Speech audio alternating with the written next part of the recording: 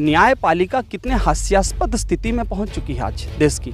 कम से कम 70 non bailable warrant जिसको बोलते हैं, बेल नहीं मिल सकता है। कोई हाथ लगा के दिखा दे, दम है तो।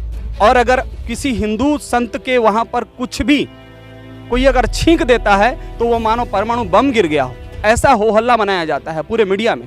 केवल हिंदू 100 करोड़ हिंदुओं के पीछे क्यों ये लोग पड़े हैं? हिंदुओं को क्यों नष्ट भ्रष्ट कर देना चाहते हैं? हिंदुओं को क्यों समाप्त करना चाहते हैं? बापूजी ने कहा है, हिंदू मुस्लिम सिख ईसाई वो चाहे सबकी भलाई।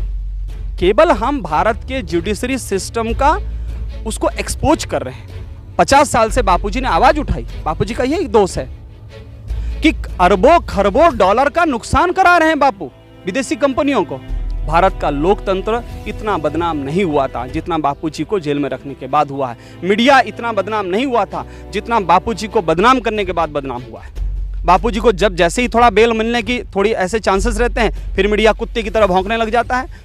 उसके बाद भी बापूजी को सजा किया दिया गया है आजीवन। जब तक आप जीवित रहेंगे आप जेल के अंदर ही रहेंगे। इतना भयंकर द्वेष हिंदुओं से क्यों? इसलिए जो हिंदू सुसुप्त अवस्था में गहरी नींद सो रहा है उसको जगना चाहिए। यह प्रश्न आज केवल बापूजी का नहीं है, यह पूरे हिंदुत्व का प्रश्न है। हमारे साधकों को भी जो बापूजी से मंत्र दीक्षित है और हिंदू समाज को भी मैं विनम्र पूर्वक प्रार्थना करना चाहता हूं कि यह समय अगर आपने खो दिया तो इतिहास आपको कभी माफ नहीं करेगा। हम सब मिलकर संत श्री आसाराम जी बापू की सच्चाई जन जन तक ट्विटर के माध्यम से, सोशल मीडिया के माध्यम से जो जिस भी प्रकार से कर सकता है करे और हिंदू राष्ट्र को बचाए, हिंदू धर्म को बचाए, सनातन संस्कृति को बचाए। ये कि न्यायपालिका कितने हास्यास्पद स्थिति में पहुंच चुकी है आज देश की। सारी दुनिया ने सुना वीडियो में एक बंदा कह रहा है कि 10 मिनट के लिए पुलिस हटा दो, हम दिखा देंगे कि हम क्या चीज है, भले तुम 80 करोड़ हो और हम 20 करोड़ है। और उसका जब कोर्ट में केस चल रहा है, अभी 4 दिन पहले की घटना है, मैं नाम लेना नहीं चाहता, सारी दुनिया जानती है उसको। कोर्ट क्या कह रहा है? कोर्ट कह रहा है कि फॉरेंसिक टेस्ट में सिद्ध हो गया कि वो उसकी ही आवाज है, उसी का वॉइस है, सब कुछ। वो कोर्ट कह रहा है कि भाई फॉरेंसिक टेस्ट के ऊपर हम पूरा भरोसा नहीं कर सकते। क्लीन चिट दे दी गई। देवी देवताओं पे भी एक आपत्तिजनक टिप्पणियां की थी। बिल्कुल बिल्कुल सब कुछ खारिज कर दिया गया। एक कोरोना का मास्टरमाइंड जिसने कोरोना फैलाया था दिल्ली से, कहा गया उस समय हजारों विदेशियों को भरा था उसने। चाइना से लोग आकर घुसे हुए थे, कोई कहीं से आया था, कोई कहीं से आया था। हम ये नहीं कह रहे हम किसी जाति धर्म के विशेष को हम लक्ष्य नहीं बनाते हैं। बापूजी ने कहा है, हिंदू मुस्लिम सिख ईसाई वो चाहे सबकी भलाई। केवल हम भारत के जुडिशरी सिस्टम का उसको एक्सपोज कर रहे हैं। हम बताना चाहते हैं कि भारत में प्रजातंत्र का क्या हाल है, लोकतंत्र का क्या हाल है। केवल हिंदू 100 करोड़ हिंदुओं के पीछे क्यों ये लोग पड़े हैं? हिंदुओं को क्यों नष्ट भ्रष्ट कर देना चाहते हैं? हिंदुओं को क्यों समाप्त करना चाहते हैं? ऐसे ही एक के बाद पालघर में 2 साधु संतों की निर्मम हत्या कर दी गई। सारी दुनिया ने देखा क्या हुआ।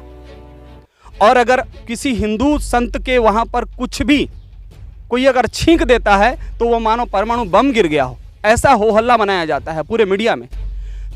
तो ये जो हो रहा है, ये लोकतंत्र आज कटघरे में खड़ा है। भारत का लोकतंत्र इतना बदनाम नहीं हुआ था जितना बापूजी को जेल में रखने के बाद हुआ है। मीडिया इतना बदनाम नहीं हुआ था जितना बापूजी को बदनाम करने के बाद बदनाम हुआ है। इमाम बुखारी की बात करें तो उस पे भी कितनी सारी 70 कम से कम 70 नॉन बेलेबल वारंट जिसको बोलते हैं, बेल नहीं मिल सकता है। कोई हाथ लगा के दिखा दे, दम है तो। हमारे देश के सर्वे सर्वा, मैं नाम नहीं चाहता हूं, वेटिकन जाते हैं स्पेशल, पोप के यहां हाजिरी दे रहे हैं, गले मिल रहे हैं, गिफ्ट कर रहे हैं। वो पोप जिसका सपना है कि भारत को किस तरह जल्द से जल्द मैं ईसाई राष्ट्र बनाऊं। आप क्या उम्मीद करोगे? हिंदू आज पूरा चारों ओर से घिर गया है। हनुमान जयंती पर पथराव हो रहे हैं, रामनवमी पर पथराव हो रहे हैं। आप सोचिए केवल हिंदू ही बचा है। हिंदुओं को इन्होंने क्या समझा है? 50 साल से बापूजी ने आवाज उठाई। बापूजी का यही दोष है। एक साथ पूरे भारत भर में करोड़ों लोगों का व्यसन छुड़ा दिए। अब बताइए शराब वालों को कितना नुकसान हो रहा होगा। सुदर्शन चैनल के सुरेश चौहान के ने इसके ऊपर तो पूरा का पूरा डिबेट किया हुआ है कि अरबों खरबों डॉलर का नुकसान करा रहे हैं बापू विदेशी कंपनियों को। और बापूजी को फंसाने के लिए अगर 1000-2000 करोड़ रुपए लग जाते हैं, 5000 करोड़ रुपए लग जाते हैं, उनको कोई फर्क नहीं पड़ रहा है। आज बापूजी बंद है, उनका बिजनेस अच्छे से चल रहा है। बापूजी को जब जैसे ही थोड़ा बेल मिलने की थोड़ी ऐसे चांसेस रहते हैं, फिर मीडिया कुत्ते की तरह भौंकने लग जाता है, उनके मुंह में हड्डियां घुसा दी जाती है। तो ये पूरा प्री प्लान्ड है। वहां का कर्नाटक का पादरी, उसके खिलाफ में उसकी ननों ने बयान दिया, केवल बयान नहीं दिया, रोडों पे जुलूस निकाला कि हमारे साथ बलात्कार किया इस आदमी ने। मुलक्कल, निर्दोष, क्लीन चिट।